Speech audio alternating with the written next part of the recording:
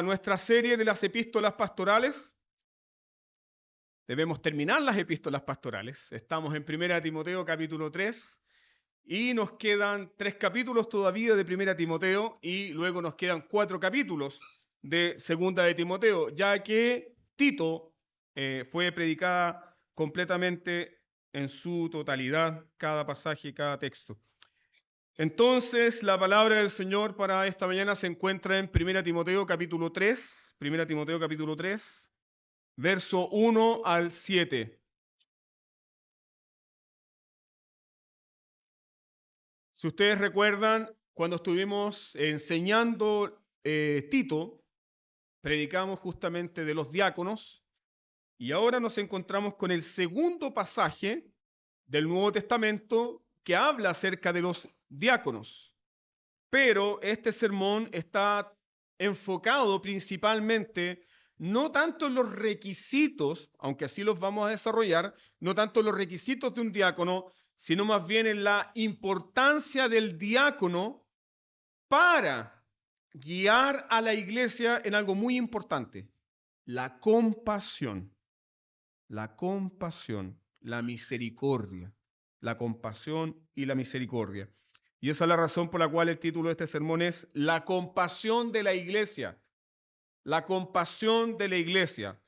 Entonces, cuando usted piensa en la compasión de la iglesia, lo primero que debe pensar es en diáconos. Porque así fue diseñado.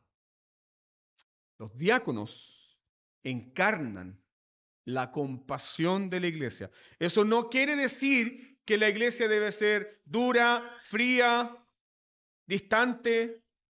No, los diáconos, como oficiales, como líderes de una congregación, en cuanto al servicio y la misericordia, ellos deben mostrar ¿qué cosa? El ejemplo y el camino. Así que vamos a leer entonces 1 Timoteo capítulo 3, verso 1 al 7. Los diáconos, asimismo, deben ser honestos, sin doblez, no dados a mucho vino, no codiciosos de ganancias deshonestas, que guarden el misterio de la fe con limpia conciencia. Y estos también sean sometidos a prueba primero, y entonces ejerzan el diaconado si son irreprensibles. Las mujeres asimismo sean honestas, no calumniadoras, sino sobrias, fieles en todo. Los diáconos sean maridos de una sola mujer y que gobiernen bien sus hijos y sus casas. Porque los que ejerzan bien el diaconado ganan para sí un grado honroso y mucha confianza en la fe que es en Cristo Jesús. Amén. Inclinemos nuestros rostros y oren conmigo. Oremos. Oremos juntos por la iluminación del Espíritu Santo. Oremos para que esta palabra sea viva en medio de nuestra iglesia. Oremos. Dios eterno, gracias por hablarnos en esta mañana. Gracias, Señor, por tomar los himnos, tomar la lectura antifonal para guiar nuestras conciencias y nuestros corazones a esto tan importante como la compasión. Señor, vemos el severo juicio que cae a una iglesia como Éfeso, que tiene mucha luz, mucho conocimiento y poca compasión. Líbranos, Señor, a nosotros. Líbranos, Señor, de tener solamente luz y no tener calor para el corazón afligido.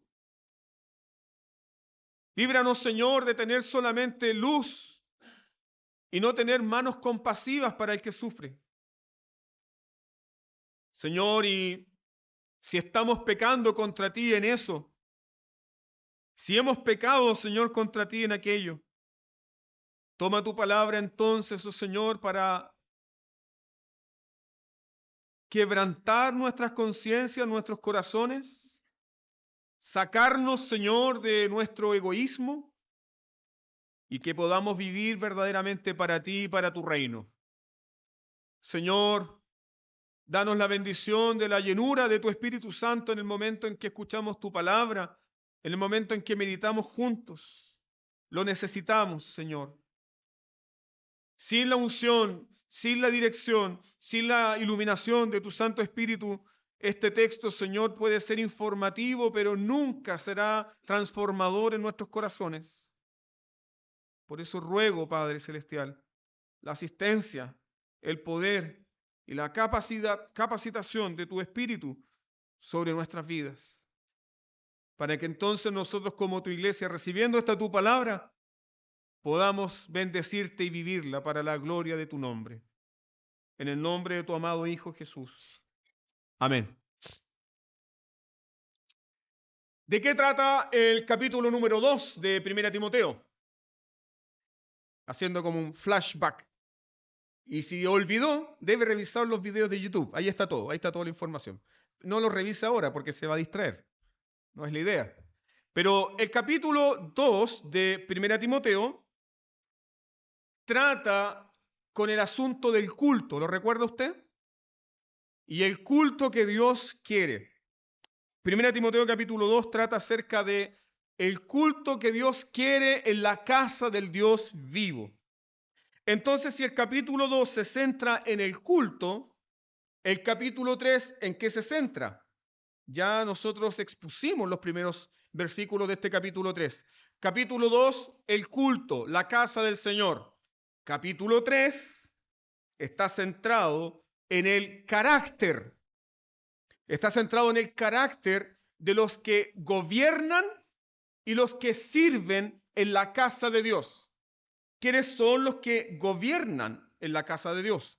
Presbíteros. ¿Quiénes son los que sirven en la casa de Dios? Diáconos. Esto no quiere decir que los presbíteros no sirven o que no sirven para nada. No, los presbíteros sirven, pero sirven a través de su oficio de gobierno y enseñanza.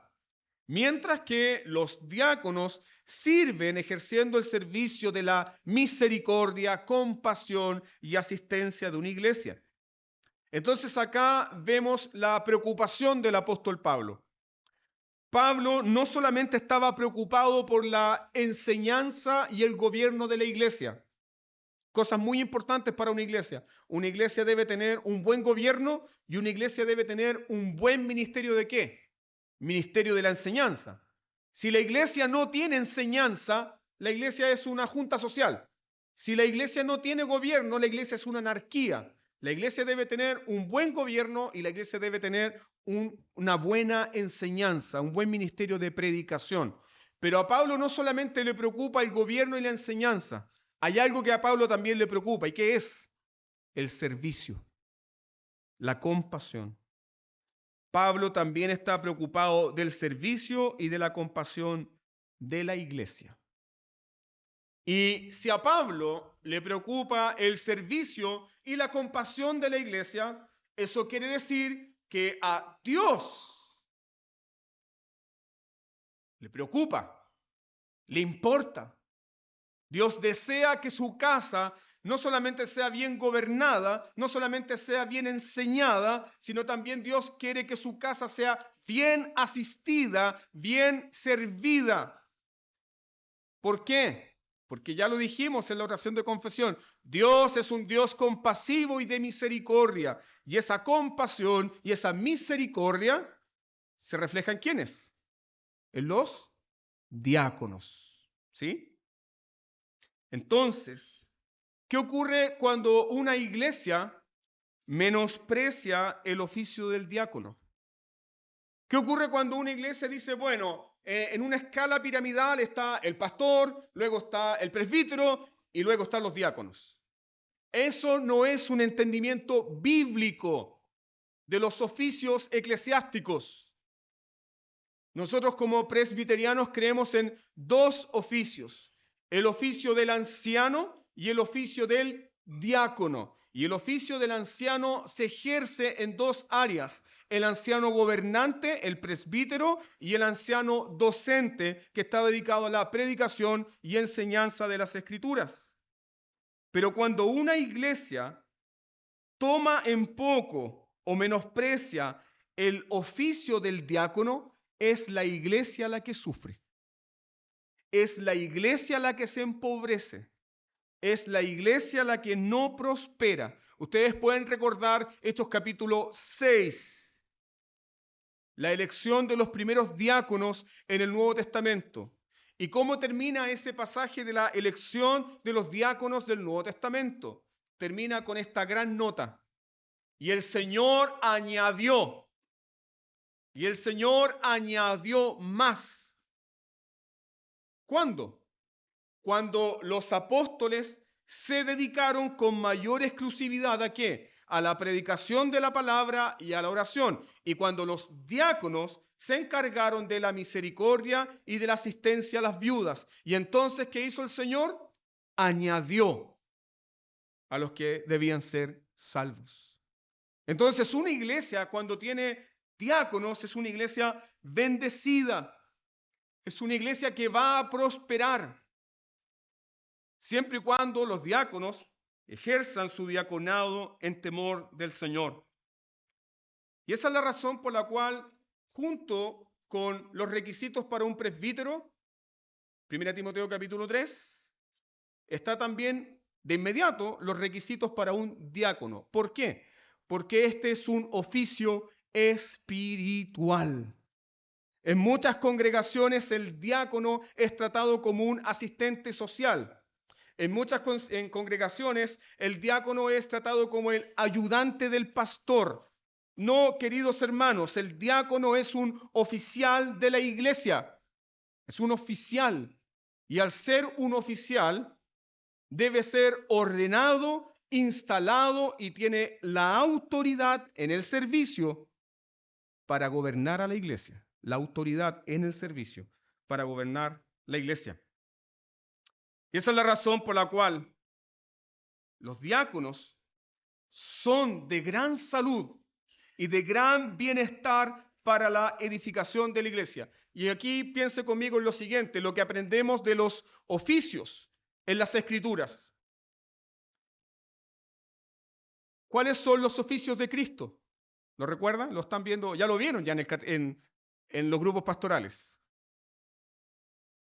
Cristo tiene el oficio de rey, Cristo tiene el oficio de profeta y el oficio de sacerdote. Pues bien, en la iglesia, que es el cuerpo de Cristo, la iglesia es la manifestación, el cuerpo visible de Cristo, esos oficios también se comunican y se revelan en la iglesia. Por ejemplo, si en los presbíteros gobernantes vemos el oficio regente de Cristo, y si en los pastores vemos el oficio profético de Cristo, la predicación, la enseñanza, ¿qué oficio vemos en los diáconos?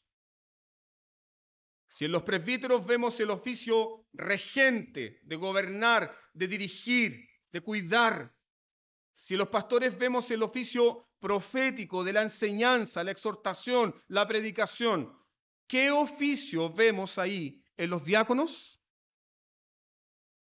El oficio sacerdotal, compasivo. ¿De quién? De Cristo. ¿Y recuerda la parábola que leyó Gabriel? Pasó un levita y pasó también un sacerdote. ¿Qué debían hacer esos hombres? Mostrar compasión, misericordia y cuidado. Y no lo hicieron.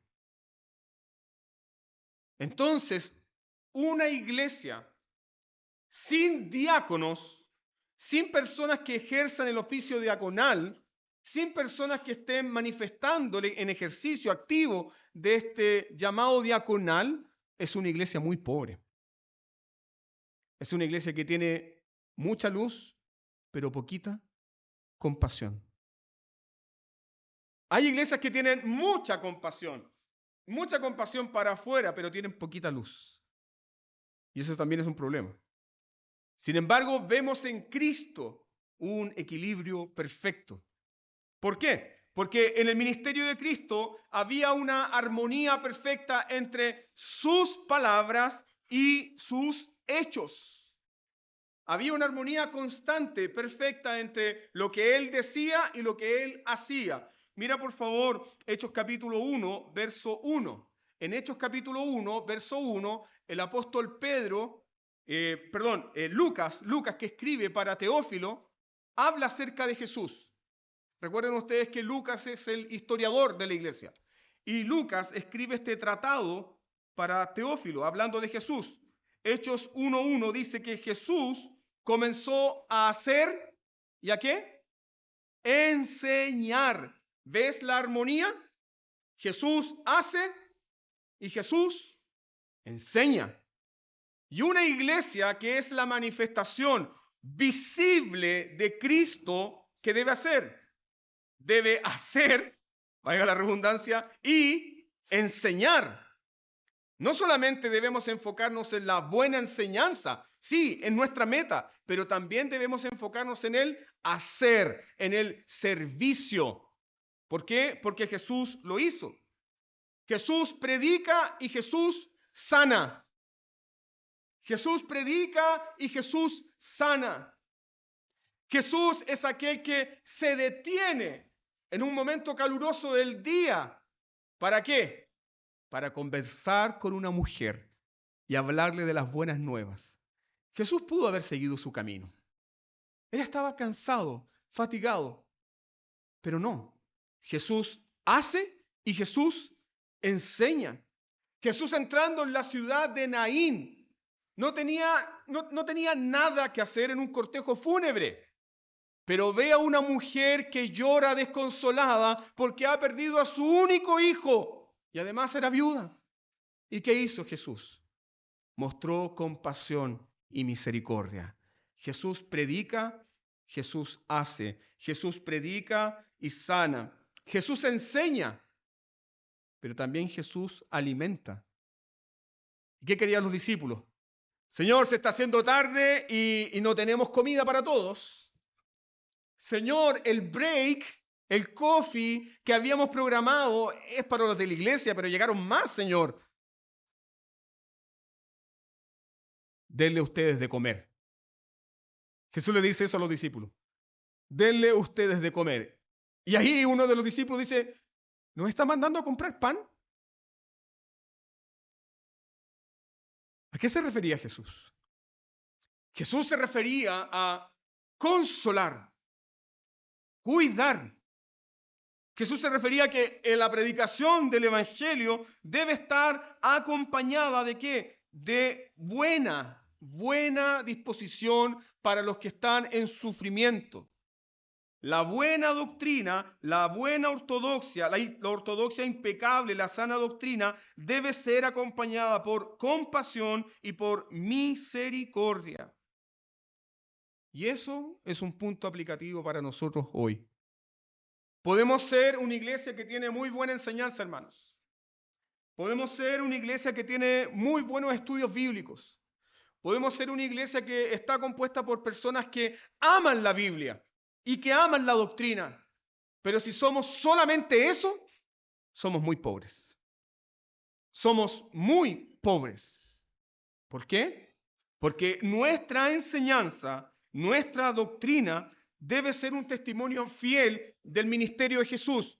Jesús predica, Jesús alimenta, Jesús enseña, Jesús sana, Jesús exhorta, Jesús consuela. Tanto es el ministerio visible del consuelo de Cristo que cuando regresa a Betania y se encuentra que su amigo ha muerto, ¿qué hizo Jesús? Jesús lloró. Pero no solamente lloró, luego consoló, luego predicó, luego dijo, no te he dicho que si crees verás la gloria de Dios, y luego resucitó a su amigo. Y así debe funcionar la iglesia. Entonces, en el cuidado, en el consuelo, en el mostrar misericordia, en el mostrar compasión, ¿quiénes señalan el camino? ¿Quiénes nos muestran el ejemplo? Son los diáconos. Son los diáconos. Los diáconos son los primeros en conmoverse. Los diáconos deben ser los primeros en conmoverse por aquellos que están en sufrimiento. Los diáconos deben ser los primeros en asistir a alguien que ha perdido un familiar. Los diáconos deben ser los primeros en visitar enfermos. Los diáconos deben ser los primeros en alentar a los que están tristes. Los diáconos deben ser los primeros en ayudar a aquellos que están desempleados.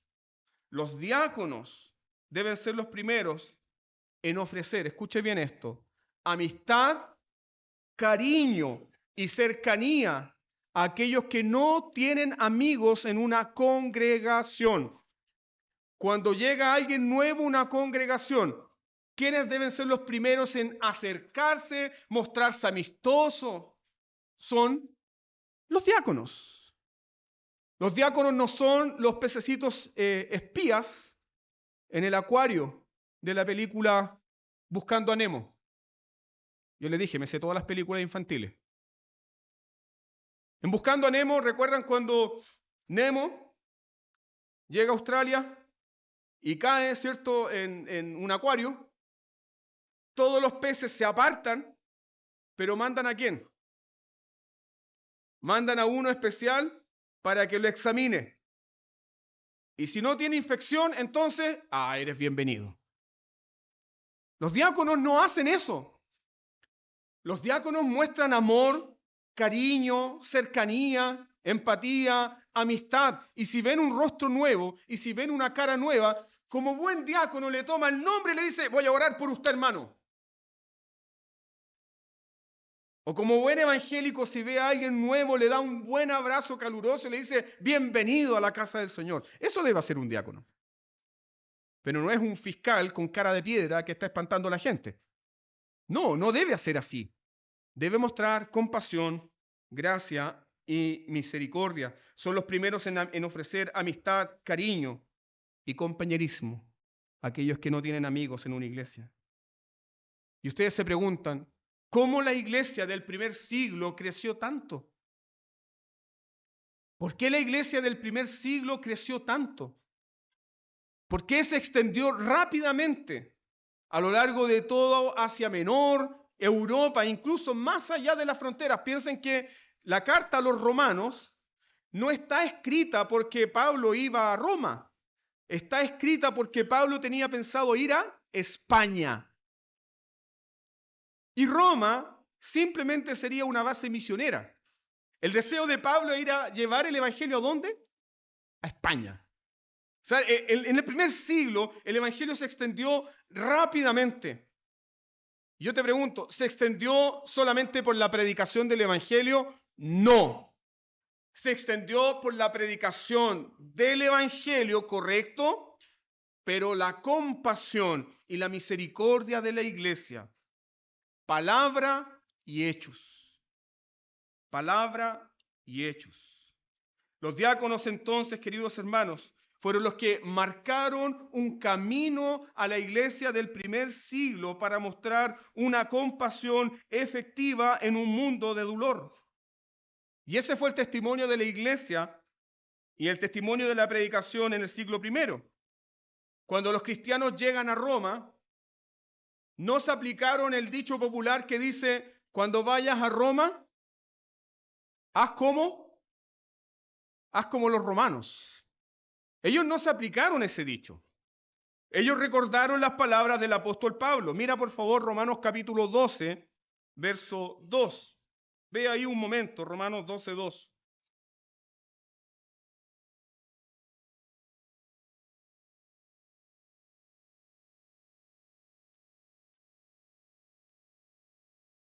Romanos 12, 2. No adopten, no adopten las costumbres de este mundo, sino transfórmense por medio de la renovación de su mente, para que comprueben cuál es la voluntad de Dios, lo que es bueno, agradable y perfecto. Es decir, la iglesia del primer siglo no se sujetó a la cultura dominante. La iglesia del primer siglo, por el poder del evangelio, transformó la cultura. Si hoy vivimos en un mundo mucho más sensible, mucho más compasivo con los que sufren, se lo debemos a estos hermanos. Se lo debemos a hombres y mujeres que visitaron, mostraron misericordia, mostraron amor, mostraron compasión con aquellos que nadie mostraba compasión. Los cristianos desafiaron la cultura mostrando compasión y misericordia efectiva a aquellos, por ejemplo, que el Imperio Romano menospreciaba. Y aquí yo les pido atención, porque este es un testimonio no inventado por los apóstoles, no es un testimonio inventado por historiadores, es la pluma propia de personas que vivían en el primer siglo con respecto a cómo el Imperio Romano trataba a los desvalidos, cómo el Imperio Romano trataba a aquellos que nacían en una condición de miseria. Por ejemplo, el político Cicerón. Cicerón justificaba el infanticidio. Cicerón justificaba el infanticidio. Y una de las cartas pastorales que circuló durante el primer siglo, conocida como la Didache, enseñaba claramente: no cometerás infanticidio. Ese es un mensaje ¿contra quién? Contra la cultura, contra el imperio. Cicerón justificaba el infanticidio citando las 12 tablas del derecho antiguo romano. Escuche bien, por favor. En esas 12 tablas del derecho antiguo romano se decía lo siguiente: se matará a los infantes deformes. Se matará a los infantes deformes. ¿Tú te has preguntado por qué no se ven tantos niños con síndrome de Down? ¿Tú te has preguntado por qué en algunos países no se ven niños con síndrome de Down en la calle? ¿Por qué? En muchas ecografías, en muchos exámenes, se le dice a la madre: no, este examen es para que el niño se vea si viene o no con síndrome de Down. Y si viene con ese problema, ¿qué se le sugiere? Embarazo no viable. ¿Cuál es la solución? Mátenlo. Mátenlo. Mátenlo. ¿Cómo esa mentalidad de muerte fue cambiada en el primer siglo? La iglesia.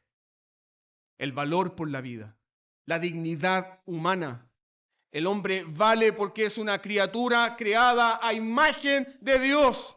No importa el color de pelo, no importa el color de piel, no importa si nació deforme, no importa, es una criatura creada a imagen de Dios. Y ahí está su honor y ahí está su gloria.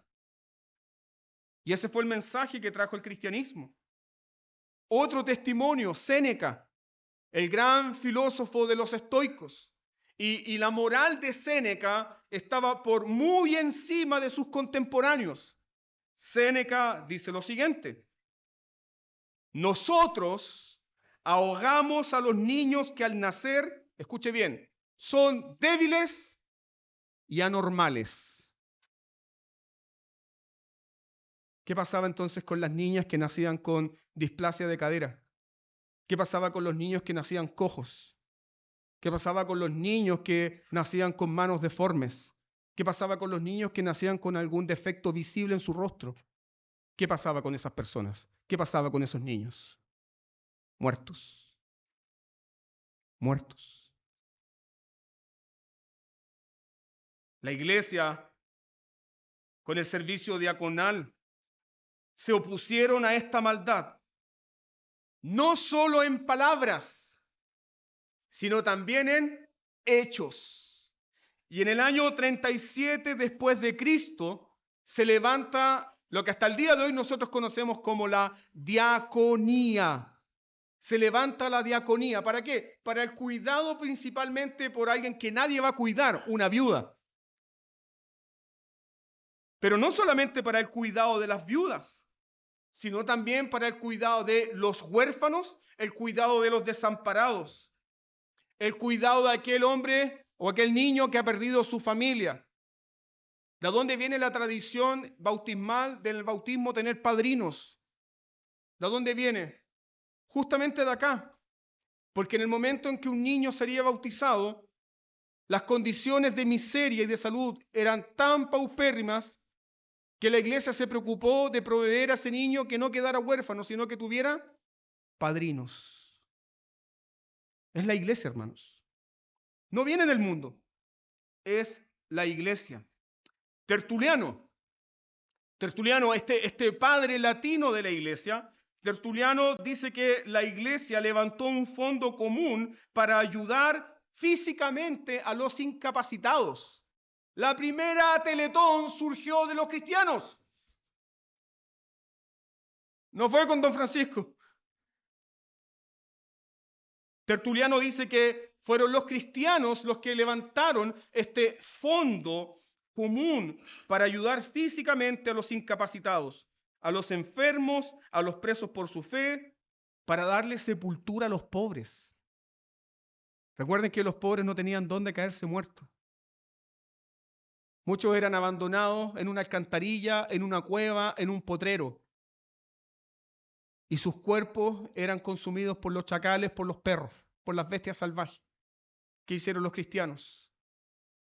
Digna sepultura a sus hermanos más pobres. Surge esta compasión del cristianismo. Esta compasión viene del evangelio. Tertuliano dice que levantaron fondos para los pobres en su sepultura y también levantaron un fondo común para el sostenimiento de la obra. Entonces, yo quiero que usted recuerde esto y nunca lo olvide. Con la diaconía se distingue prácticamente y vivencialmente la liberalitas de la caritas. ¿Qué son esas cosas? Las voy a explicar de inmediato. Los romanos practicaban la liberalitas, es decir, mostrar generosidad siempre y cuando tú seas retribuido. Eso practicaban los romanos. La liberalitas. Tú puedes mostrar generosidad, tú puedes mostrar compasión, siempre y cuando la persona que recibe esa compasión te puede retribuir. Pero los cristianos mostraron la caritas, la caridad, la compasión, la gracia, la misericordia a aquellos que no pueden retribuir. ¿Por qué? Porque nosotros tampoco podíamos retribuirle a Dios en absoluto nada. Y Él mostró misericordia y Él mostró gracia y amor a nuestras vidas miserables. Y el cristiano que entiende eso, da, no esperando recibir. Incluso el cristiano puede sentirse muchas veces triste cuando no es reconocido. Incluso el cristiano puede sentirse muchas veces dolido cuando su amor, su generosidad ha sido olvidada. Pero pronto lo pasa, no guarda rencor. ¿Por qué?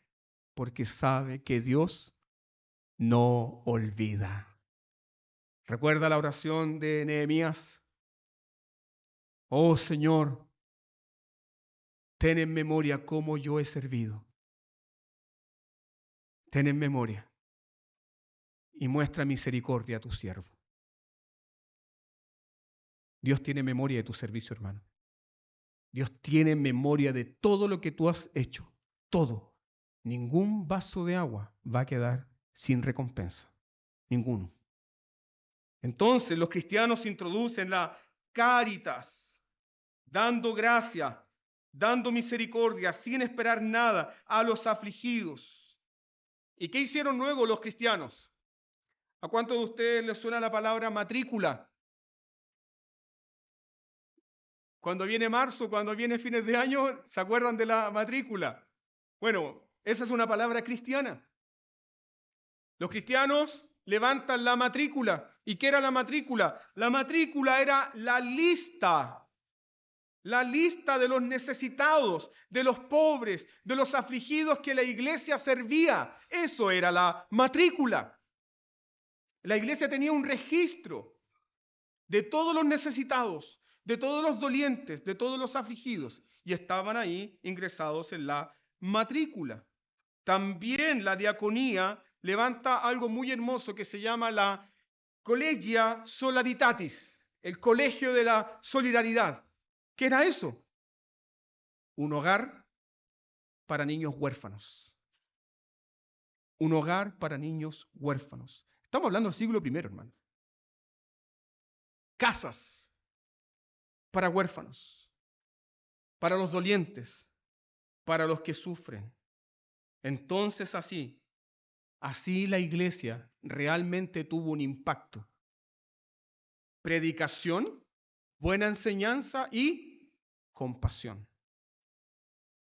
Luz y también calor. Ese es el mensaje de la iglesia. Ahora, todo esto fue posible por el ministerio diaconal efectivo en un mundo de dolor. Y eso nos enseña la importancia y el llamado principal de un diácono. Entonces, una iglesia que no tiene diáconos va a ser una iglesia muy pobre. Su testimonio va a ser muy pobre y su testimonio va a ser de corto alcance. No tendrá un efecto duradero. ¿Con quiénes debemos hacer misericordia? Bueno, principalmente con los de la familia de la fe y luego hacia afuera, con todos los hombres. Ahora, ¿quiénes pueden servir como diáconos? Eso es lo que nos enseña el texto. Ya les hablé de la importancia diaconal, pero ¿quiénes pueden servir como diáconos?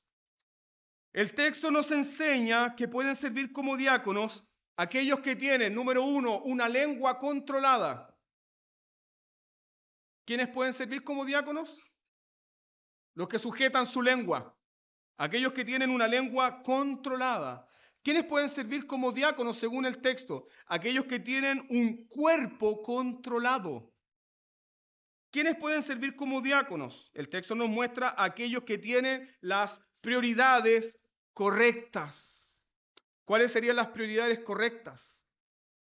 El diácono no busca ser servido. ¿Qué busca?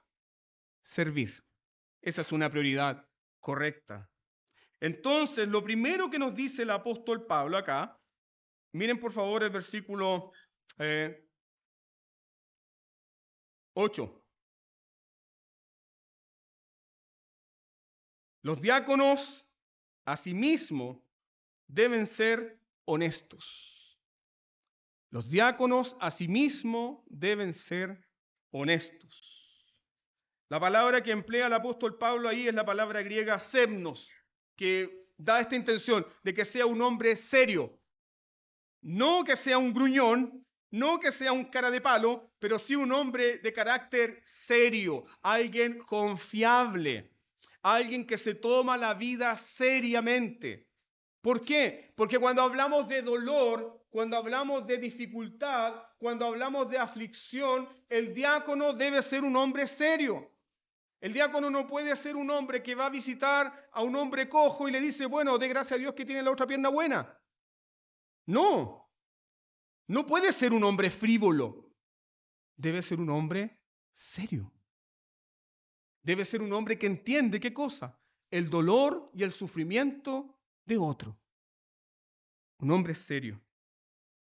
Y esa seriedad, o la seriedad del carácter del diácono, se manifiesta justamente en estas tres características. Una lengua controlada, alguien que no es dominado por el alcohol y alguien que no es dominado por el dinero. Y vamos a ver por qué. ¿Por qué es tan importante esto? Versículo 8, los diáconos deben ser de una sola palabra. Ahí entendemos la seriedad. Los diáconos deben ser de una sola palabra. Es decir, la palabra de un diácono debe ser confiable. Si el diácono lo dijo, es así. La palabra del diácono debe ser confiable. Ahora, ¿por qué Pablo pone tanto énfasis en esto? Que sean de una sola palabra, que sean confiables. Porque los diáconos conocen asuntos delicados de la congregación. Los diáconos conocen a los hermanos que están enfermos. Los diáconos conocen a los hermanos que quedaron sin trabajo. Los diáconos conocen a los hermanos que están en necesidad económica. Los diáconos conocen las situaciones sensibles de la iglesia. ¿Qué más conocen los diáconos? Los diáconos conocen las cargas de los hermanos. Los diáconos conocen los sufrimientos de los hermanos. Los diáconos conocen las debilidades de los hermanos. Los diáconos conocen las preocupaciones de los hermanos. Y frente a eso, los diáconos no pueden ser frívolos o livianos. ¿Cómo deben actuar? Seriamente. Seriamente. Eso es lo que demanda la palabra de Dios. Deben actuar seriamente. ¿Por qué? Porque ellos ministran misericordia. Ellos ministran misericordia. Ellos consuelan. Ellos atienden al corazón afligido. Entonces, imagínate que tú llamas a un diácono para contarle un problema tuyo. Gravísimo. Y el diácono te atiende con frivolidad. Y no te da ninguna palabra de consuelo. O ni siquiera guía tu corazón al Señor. Y simplemente tú dices, mira hermano, si tiene un problema económico, pida un crédito. Esas no son palabras de un diácono. Deben tomar el evangelio seriamente. Eso es lo que demandan las Escrituras. Es decir, entonces, son ministros de misericordia. Y como ministros de misericordia, no pueden tener una lengua suelta. No pueden ser sueltos de lengua. No pueden tener un doble discurso. ¿Lo entiende? No puede. Ojo, yo no estoy retando a nadie acá con esto. Simplemente estoy exponiendo lo que la Escritura demanda. Lo que la Escritura demanda, el carácter que la Escritura demanda de hombres que servirán a la iglesia. Entonces, no puede tener una lengua suelta ni un doble discurso. En la práctica, ¿cómo sería esta lengua suelta? Ejemplo, supongamos que un diácono va a visitar a un hermano que está sin trabajo, un hermano que ha tenido problemas, dificultades económicas. Entonces, luego el diácono que hace el bien y que visita y que lleva una asistencia diaconal, pero luego dice, este hermano que da problemas. No puede tener una lengua suelta. No puede tener una lengua que no dice relación con qué, con su oficio. Debe mostrar compasión y misericordia. Es decir, no puede hacer misericordia y luego quejarse o criticar las debilidades de su hermano. Yo sé que ustedes son testigos de muchos episodios así. Yo sé que muchas personas acá son testigos y vivieron tal vez en muchas iglesias episodios así, donde personas hacen misericordia y luego divulgan lo que está pasando a la persona, o luego comentan con frivolidad, o luego comentan con falta de compasión. Hermanos míos, eso es pecado. Eso es pecado. Eso es burlarse de la miseria y la condición de otra persona. Y un diácono no puede actuar así. Debe tener una lengua sujeta. Debe hacer misericordia sin burlarse o tratar con liviandad la debilidad de ¿quién? De su hermano. Así la iglesia avanza. Los diáconos deben entonces frenar sus lenguas. ¿Por qué? ¿Por qué la palabra de Dios les pide que frenen sus lenguas? Porque están expuestos a decir algo y a hacer algo completamente contrario a lo que se dijo. Segunda característica del carácter de un diácono. Los diáconos no deben estar inclinados a mucho vino. No deben estar inclinados a mucho vino. A los presbíteros les decía, no vino. Entonces los diáconos tienen licencia. No, hermanos, lo que está diciendo Pablo acá literalmente es esto. Pablo no está prohibiendo el uso del vino. Pablo no prohíbe el uso del vino. La Biblia condena a la borrachera. La borrachera es un pecado. Pablo no condena el uso del vino. Pero Pablo está enseñando claramente que aquellos que van a servir a la iglesia y aquellos que van a servir a sus hermanos y aquellos que van a servir a los que están en dolor y en sufrimiento, sirvan con sobriedad. ¿Se entiende, no? Es decir, deben tener un entendimiento cabal, completo, serio, equilibrado de la situación que van a enfrentar. No pueden estar pensando todo el tiempo en pasarla bien con vino. Eso se refiere Pablo. No dado, no es dado significa no es alguien que está entregado al placer. No es alguien que piensa en sí constantemente, sino que es alguien que usa estos asuntos con moderación, que evalúa y pondera su vida. Entonces, no dado el vino, significa que no es alguien que está ocupado mentalmente en estas cosas. Luego el versículo 8 dice que los diáconos no deben ser codiciosos. No deben ser codiciosos de ganancias deshonestas. ¿Cuál es la razón de este mandamiento? ¿Quiénes van a administrar los fondos de misericordia? ¿Quiénes van a administrar los dineros y fondos de misericordia de la iglesia? Son los diáconos. Entonces piense usted cuán horrible y cuán escandaloso sería que un diácono que administra fondos para hacer misericordia y para servir a otros, se sirva de esos fondos a sí mismo. Eso sería un pecado horrendo. Y así también las iglesias son destruidas cuando hombres que no tienen temor de Dios usan lo que no corresponde para su propio beneficio. Eso enseña la Escritura con claridad. Entonces, la razón por la cual Pablo pide que los diáconos no sean codiciosos de ganancias deshonestas, la razón es obvia. Estos hombres van a manejar dinero de la iglesia. Van a manejar dinero de la iglesia. Luego, el apóstol Pablo dice que los diáconos deben tener sana doctrina. ¿Cómo, pastor, esto? Parece que los diáconos no pueden enseñar, porque ellos están llamados a servir solamente. Pero no. El apóstol Pablo nos dice que los diáconos deben ser conocedores de la sana doctrina. Los diáconos deben ser conocedores del evangelio. Mira por favor aquí el versículo 9. Dice que guarden. Escucha eso, el versículo 9. Que guarden el misterio de la fe con limpia conciencia. Es decir, que ellos tengan conocimiento profundo del evangelio, que guarden con limpia conciencia, no como los falsos maestros que tienen una conciencia endurecida, no, con una limpia conciencia, que guarden el misterio de la fe. Ahora, ¿qué significa esto, misterio de la fe? ¿Significa que hay cosas ocultas en la iglesia? ¿Significa que hay misterios ocultos por resolver y que solamente esos misterios están dedicados a los más inteligentes, a los más intelectuales? No.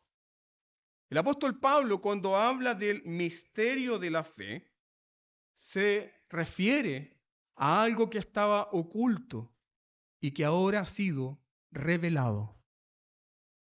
¿Quieres saber qué es? Mira por favor Romanos, capítulo 16, verso 25 y verso 26.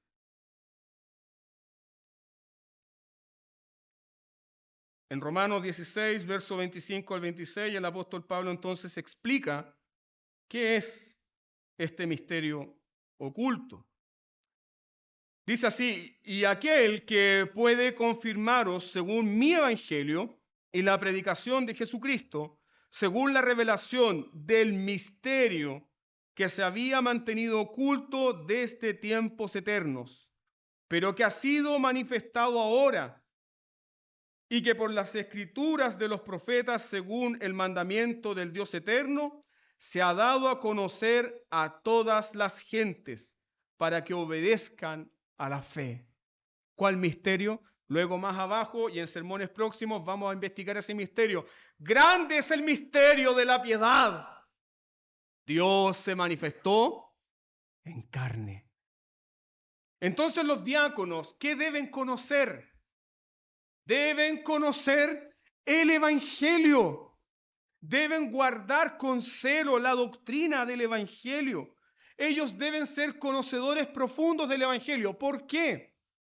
Porque si bien es cierto, un diácono no tiene un llamado de oficio docente. Quien tiene un llamado de oficio docente es el pastor. El pastor enseña. Y los presbíteros, uno de los requisitos para los presbíteros es que sean aptos para enseñar. A los diáconos no se les pide eso. ¿Eso significa que un diácono no puede enseñar? ¿Eso significa que un diácono nunca va a enseñar en la iglesia? No, ellos enseñan. Piensa en Esteban, Hechos capítulo 7. Esteban resume todo el Antiguo Testamento en una predicación. Esteban se pasea por toda la historia redentora y después te presenta a Cristo crucificado y ensalzado en gloria. Piensa en Felipe, quien evangelizó al eunuco etíope. Entonces los diáconos pueden predicar, pueden enseñar, sí, pero no es su llamado constante. Ellos tienen un llamado constante al servicio, la compasión y la misericordia. Pero ¿de qué forma un diácono enseña? Ellos enseñan el Evangelio al consolar al enfermo. Ellos le enseñan al afligido a confiar en el Señor. Ellos cuando visitan extienden sus manos de amor y de misericordia para tocar y para orar y para imponer manos y para declarar las palabras de bendición sobre la vida de los afligidos. Es grande el ministerio diaconal. Ellos llevan las buenas nuevas de bendición al que sufre, pero no solamente lleva palabras, que lleva también manos de misericordia. Ellos llevan manos de misericordia. Y en este ejercicio hermoso de la diaconía, también las mujeres tienen una parte importante. Si bien es cierto, el oficio diaconal es para hombres, la Biblia nos enseña con mucha claridad que muchas mujeres son servidoras de Cristo. Ellas lavan los pies de los santos. Ellas atienden a los santos, ellas atienden a los afligidos, ellas atendieron a los huérfanos. Entonces vemos cómo la iglesia fue prosperada por un ministerio efectivo de compasión. Los diáconos también enseñan entonces a otros, en algo que dice nuestro libro de orden. Los diáconos enseñan a otros a cómo servir. ¿Me está escuchando? Los diáconos enseñan a otros a cómo servir. ¿Y cómo va a enseñar un diácono? A servir con gozo, no a regañadientes. A servir con liberalidad, a servir con generosidad. ¿Por qué? Porque el diácono constantemente está mostrando esa faceta y esa parte del carácter de Cristo. Eso es lo más importante, nunca lo olvide.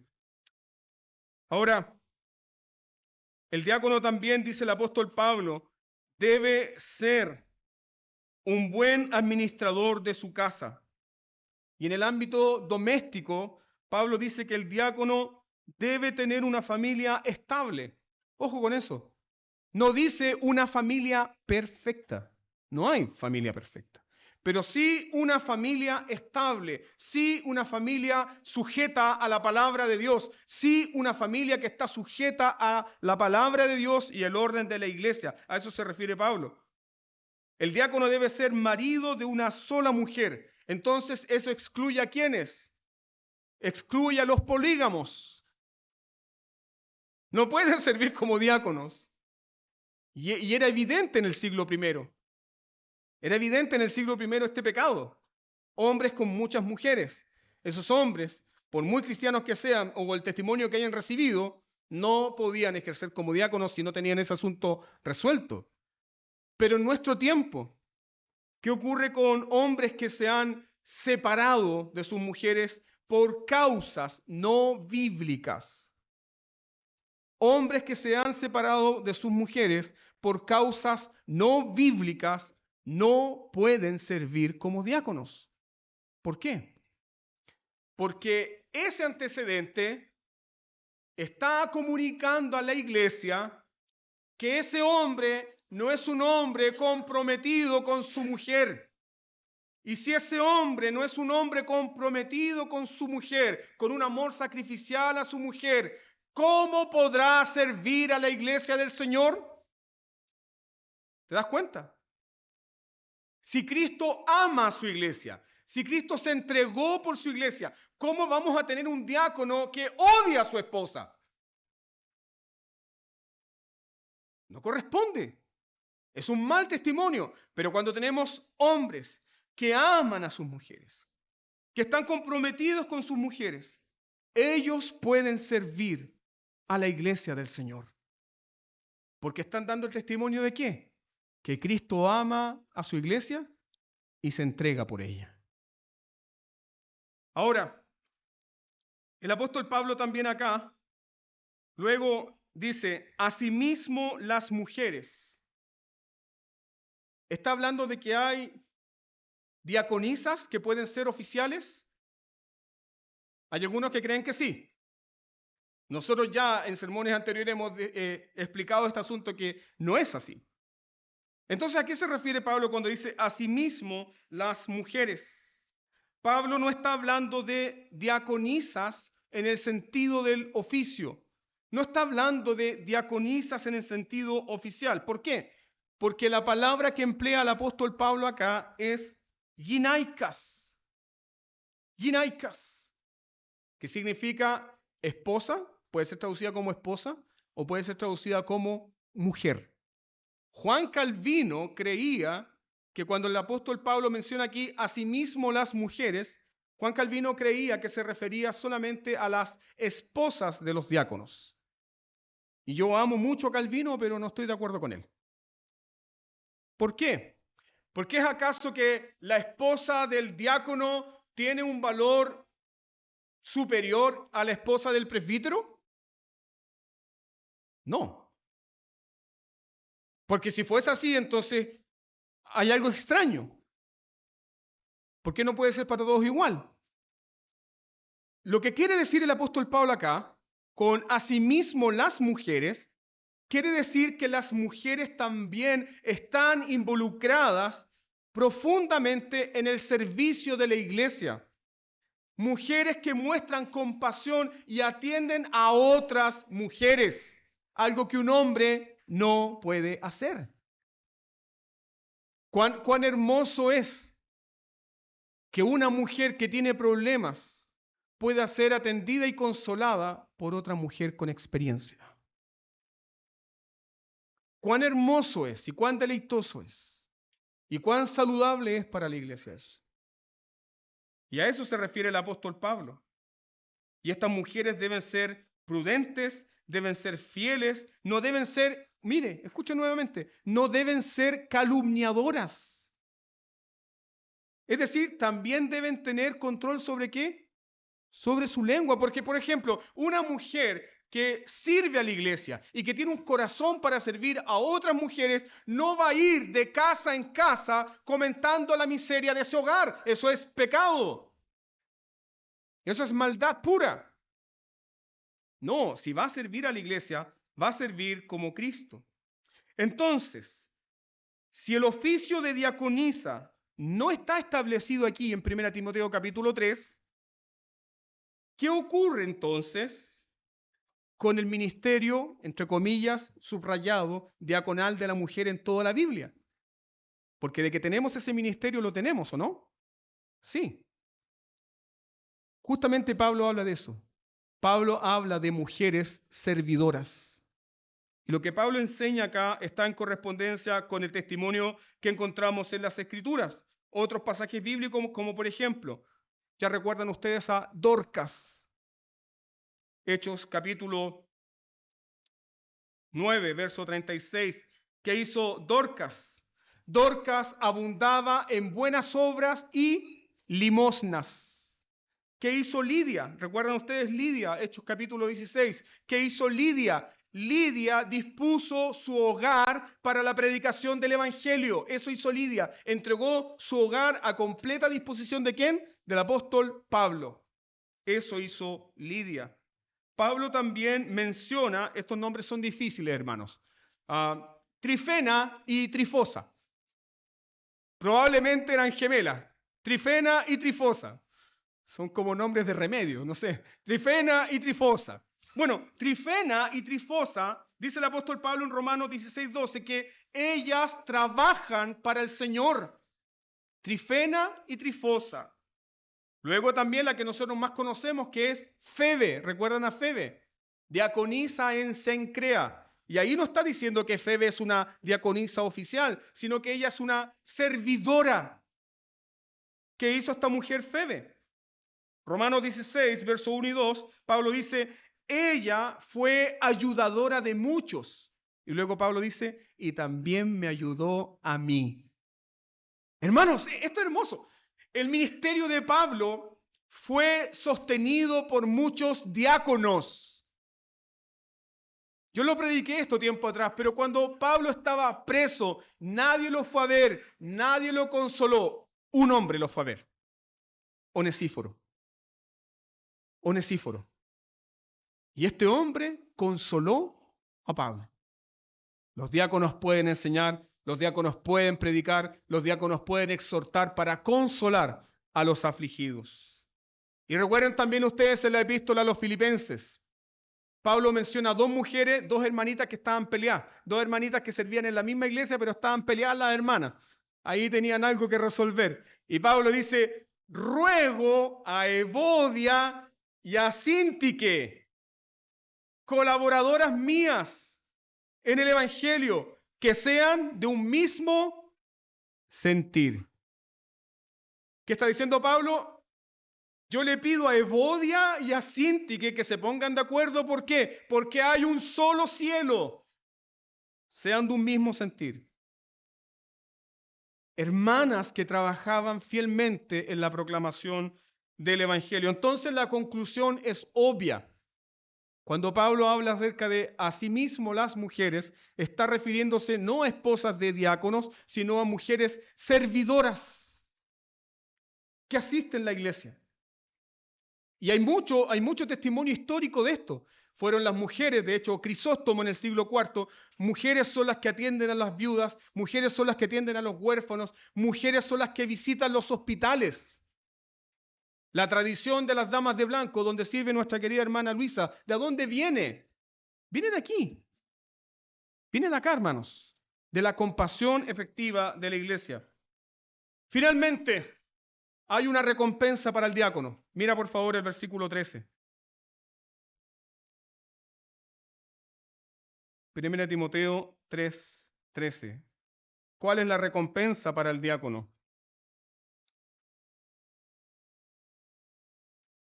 Porque los que ejerzan bien el diaconado, los que ejerzan bien el servicio, ganan para sí un grado honroso.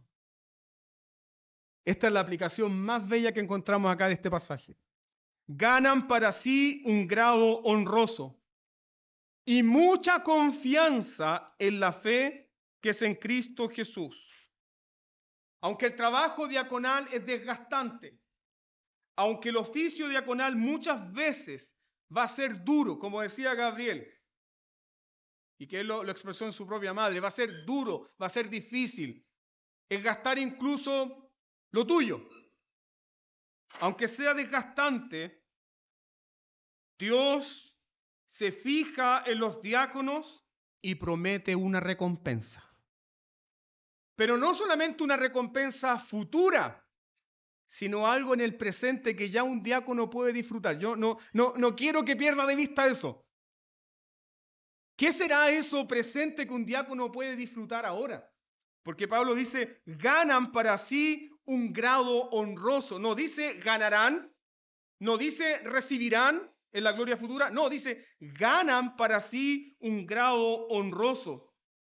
Entonces, ¿cuál es la honra más grande, más sublime que un diácono servidor podría recibir en esta tierra?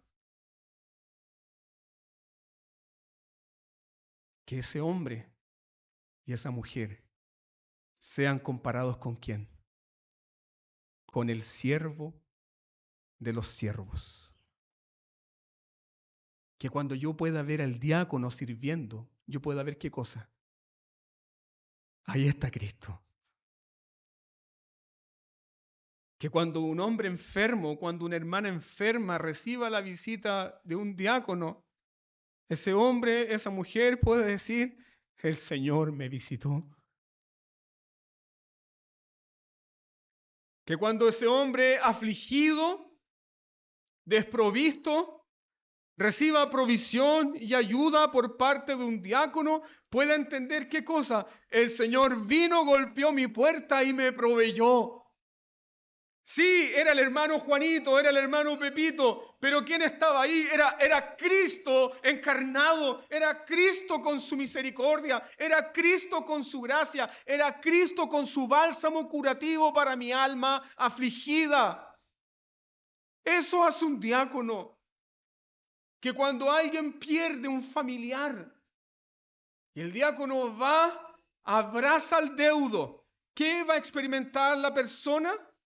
El Señor me abrazó. El Señor tuvo compasión de mí. El Señor estuvo conmigo. Esa es la honra más grande. Y por eso Pablo dice, ganan honra grande, pero también otra cosa, confianza. ¿Por qué confianza? ¿Confías tú en el Señor? ¿Le cuentas todo a tu Señor? ¿Le compartes tu corazón al Señor? ¿Le entregas tus problemas al Señor? ¿Por qué lo haces?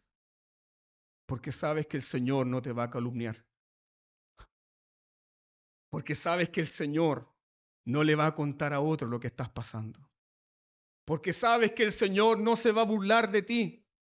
Porque sabes que el Señor no te va a decir, otra vez hiciste lo mismo, tonto, necio. Yo te dije que tenías que ser un mejor administrador. No. Tienes confianza. Porque estás consciente de qué? De su misericordia. ¿Cómo ganan confianza los diáconos? Son misericordiosos y compasivos. Jesús definió su ministerio muchas veces en términos del diácono. Jesús dice esto, permíteme hacer esta comparación. Jesús dice así, el que quiera hacerse grande entre vosotros, sea diácono, servidor. El que quiera hacerse grande entre vosotros, sea diácono. Y el que quiere ser el primero, sea servidor de todos. Porque el Hijo del Hombre no vino para recibir cuidado diaconal. El Hijo del Hombre no vino para recibir cuidado diaconal, sino para servir como diácono y dar su vida por muchos. Esa es la honra más grande que un diácono puede recibir. Por lo tanto, iglesia, oren por sus diáconos. Oren para que el carácter de Cristo y la vida de Cristo sea más evidente en sus vidas. Y oren por la iglesia, para que la compasión de la iglesia sea efectiva. Y para que esta compasión acompañe también la enseñanza. Y así Dios bendecirá su iglesia. Amén. Demos gracias al Señor por su palabra.